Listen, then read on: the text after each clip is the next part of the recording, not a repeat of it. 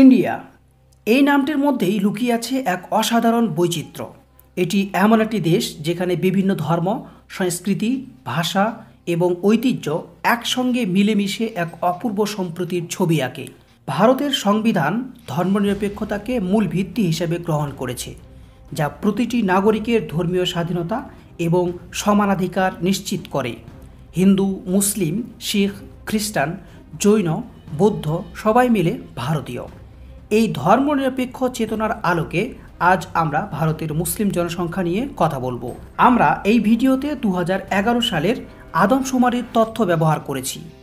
সেই সময় ভারতের মোট জনসংখ্যা ছিল প্রায় 121 কোটি এবং এর মধ্যে 14.2% ছিল মুসলিম, অর্থাৎ প্রায় 17 কোটি 22 লাখ মানুষ। এই জনসংখ্যা বিভিন্ন রাজ্য ভিন্নভাবে ছড়িয়ে আছে। আজ আমরা দেখব কোন রাজ্যে মুসলিম জনসংখ্যা সবচেয়ে কম এবং কোন রাজ্যে মুসলিম জনসংখ্যা সবচেয়ে বেশি। ভারতে প্রতি 10 বছর অন্তর একবার আদমশুমারি হয়। 2011 সালের জনগণনা বা আদমশুমারির পর 2021 সালে আদমশুমারি হওয়ার কথা ছিল, কিন্তু করোনা মহামারীর জন্য এখনও পর্যন্ত আদমশুমারি হয়নি। 2025 সালের তথ্য পিউ রিসার্চ সেন্টার এবং অন্যান্য জাতীয় এবং আন্তর্জাতিক বিভিন্ন ওয়েবসাইট রিসার্চ করে আনুমানিক একটা তথ্য তৈরি করা হয়েছে। তো চলুন শুরু করা যাক। 2011 সালে তামিলনাড়ুর মোট জনসংখ্যা ছিল 7,21,00,000। এর মধ্যে মুসলিম জনসংখ্যা ছিল 42,29,000, যা তামিলনাড়ুর মোট জনসংখ্যার 5.86%। 2025 সালে আনুমানিক মোট জনসংখ্যা 8,02,00,000। এর মধ্যে মুসলিম জনসংখ্যা 48 লক্ষ। কর্ণাটক 2011 সালে কর্ণাটকের মোট জনসংখ্যা ছিল 6,10,00,000। এর মধ্যে মুসলিম জনসংখ্যা 78,93,000, যা কর্ণাটকের মোট জনসংখ্যার 12.92%। 2025 সালে আনুমানিক মোট জনসংখ্যা 7,01,00,000। এর মধ্যে মুসলিম জনসংখ্যা 90 লক্ষ।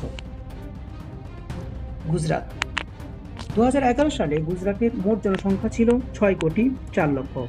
এর মধ্যে মুসলিম জনসংখ্যা ছিল 58,46,000, যা গুজরাটের মোট জনসংখ্যার 9.67%।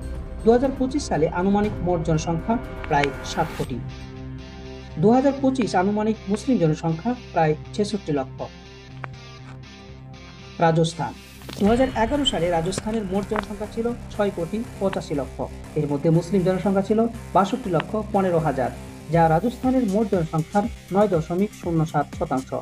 2025 সালে আনুমানিক মোট জনসংখ্যা 8,05,00,000। এর মধ্যে মুসলিম জনসংখ্যা 78 লক্ষ।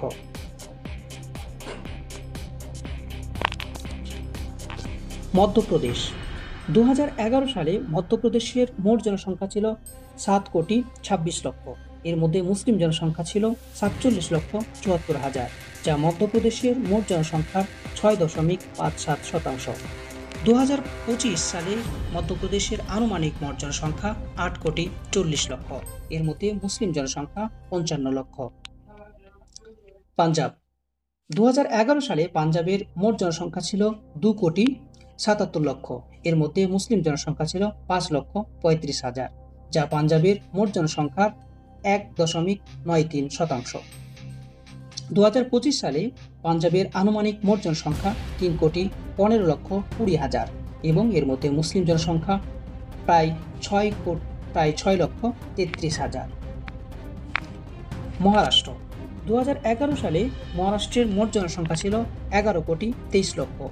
এর মধ্যে মুসলিম জনসংখ্যা ছিল 1,29,00,000, যা মহারাষ্ট্রের মোট জনসংখ্যার 11.54%।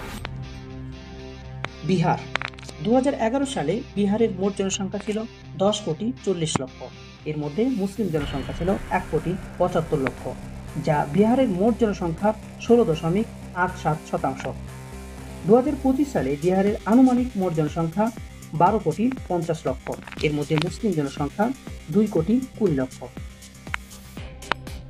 পশ্চিমবঙ্গ 2011 সালে পশ্চিমবঙ্গের মোট জনসংখ্যা ছিল 9,12,00,000। এর মধ্যে মুসলিম জনসংখ্যা 2,46,00,000, যা পশ্চিমবঙ্গের মোট জনসংখ্যার 27.01%। 2025 সালে পশ্চিমবঙ্গের আনুমানিক মোট জনসংখ্যা লক্ষ। এর মধ্যে মুসলিম জনসংখ্যা 2,90,00,000। তেলেঙ্গানার 2011 সালে মোট জনসংখ্যা ছিল 3,51,00,000। এর মধ্যে মুসলিম জনসংখ্যা 44,64,000, যা তেলেঙ্গানার মোট জনসংখ্যার 12.68%। উত্তরপ্রদেশ 2011 সালে উত্তরপ্রদেশের মোট জনসংখ্যা ছিল 19,96,00,000। এর মধ্যে মুসলিম জনসংখ্যা 3,84,00,000, যা উত্তরপ্রদেশের মোট জনসংখ্যার 19.26%। 2025 সালে উত্তরপ্রদেশের আনুমানিক মোট জনসংখ্যা 23,20,00,000। এর মধ্যে আনুমানিক মুসলিম জনসংখ্যা 4,60,00,000।